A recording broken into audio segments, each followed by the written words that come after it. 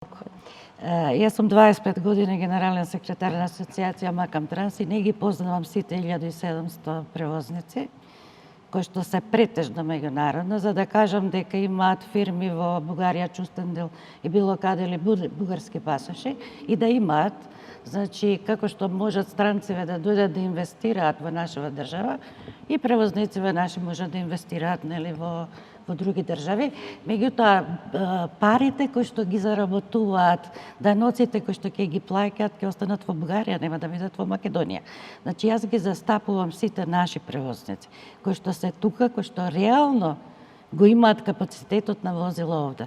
И воопшто не ме интересира дали имаат свој погон или фирма во Бугарија, во Словенија, било каде. Значи, она што е проблемот е за нас овде, капацитетот на возила се 17.000 возила регистрирани во Македонија. Што значи, ако има 5.000, 6.000, 10.000 возила, те ќе си бидат регистрирани во нека друга држава и тоа не ме засега, нити ме интересира. Секој има право на свој бизнес план и како ќе се развива. Меѓутоа, проблемот кој што настанува сега за овие што се тука е голем. Затоа што овие 20 евра што ќе треба да ги плаќаат, рачунете, важат 3 години, ама важат за патнициве, за возачиве не. Ќе работи 3 месеци, ќе му извадат газдите едно одобрение, така, па ќе си побегне, новија што ќе дојде, пак на него треба да му издадат.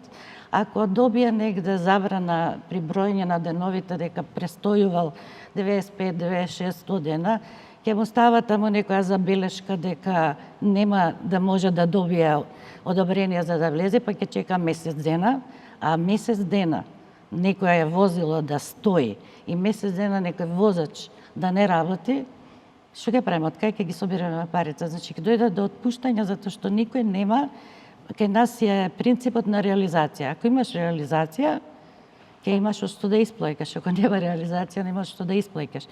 Ме сваќате, многу е различно.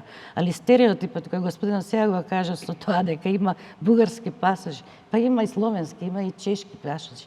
Меѓутоа не е доволен бројот на тие луѓе кои што ги имаат тие пасоши, тие си работат во европскиве држави. Одамна се побегнати. Јас зборувам за македонците, кои што се тука и треба да не обслужуваат.